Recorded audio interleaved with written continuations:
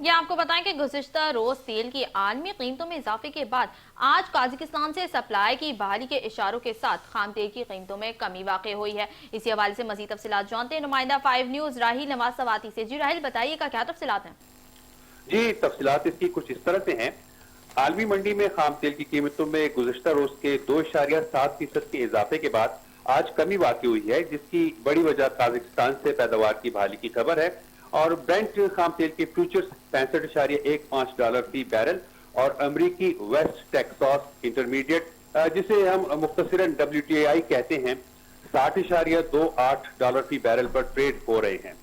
Kazakhstan کی وزارت توانائی کے مطابق ملک کے سب سے بڑے آئل فیلڈ سے پیداوار دوبارہ شروع ہو رہی ہے، اور CPC کمپنی نے روس کے بحیرہ اسود میں واقع ٹرمینل پر مکمل لوڈنگ صلاحیت بحال ہونے کا اعلان کیا ہے۔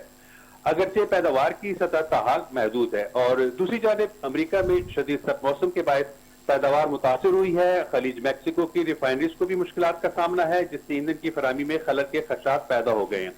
عالمی منڈی میں جیو پولیٹیکل کشیدگی بھی برقرار ہے، خاص طور پر جو مشرق وسطی میں امریکی طیارہ بردار جہاز اور جنگی بحری جہاز کی موجودگی کی خبریں ہیں، اس کے باعث سپلائی کے خدشات موجود ہیں، اور یہی عوامل قیمتوں کی صورتحال کو غیر یقینی رکھنے کا باعث ہیں۔ جی، تفصیلات کے لیے بہت شکریہ راہیل سواتی۔